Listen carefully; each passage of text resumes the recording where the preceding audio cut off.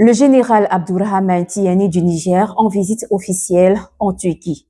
Dès son arrivée ce jour est reçu par son homologue turc, le président Recep Tayyip Erdogan. Un point de presse conjoint a été organisé, couplé d'une cérémonie de remise de référendum et de protocole en matière de coopération stratégique entre Ankara et Niamey. 4 protocoles majeurs sont signés, notamment dans les domaines du commerce, de l'économie, sanitaire, de l'éducation et de la diplomatie. Le Niger est résolument tourné vers la diversification de ses partenariats stratégiques avec de nouvelles puissances et des pays étrangers. Dès son arrivée au pouvoir, le général Abdourahmane Tiani est tout d'abord allé à la reconquête de la liberté et de la souveraineté du Niger.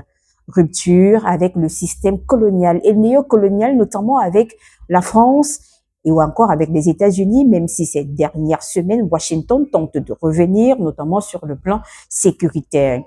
Le pays s'est retrouvé dans une affaire en contentieux politico-juridique avec la société Orano Ancien Areva, après avoir évidemment réclamé la nationalisation de plusieurs de ses ressources stratégiques.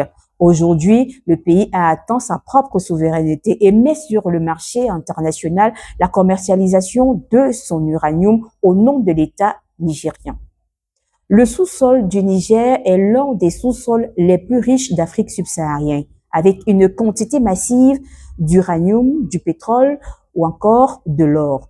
En 2025, faisant de lui l'un des plus importants qui a occupé d'ailleurs le rang de 60e mondial. Mais ce n'est pas tout.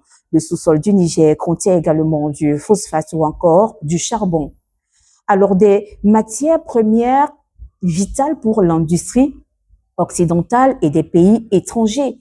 Ils sont nombreux qui frappent à la porte de Niamey, qui frappent à la porte du Niger, et le Niger a donc décidé d'ouvrir la porte à ces nouveaux partenaires internationaux afin aujourd'hui de suivre point par point la propre stratégie de la mise en vente de ces ressources stratégiques. Évidemment, permettez-moi la répétition. Mais ce n'est pas tout. L'objectif également pour les autorités de Niamey, c'est de repartir une fois encore à la conquête sur l'échiquier géopolitique mondial afin que le Niger occupe à nouveau progressivement sa place sur la scène internationale.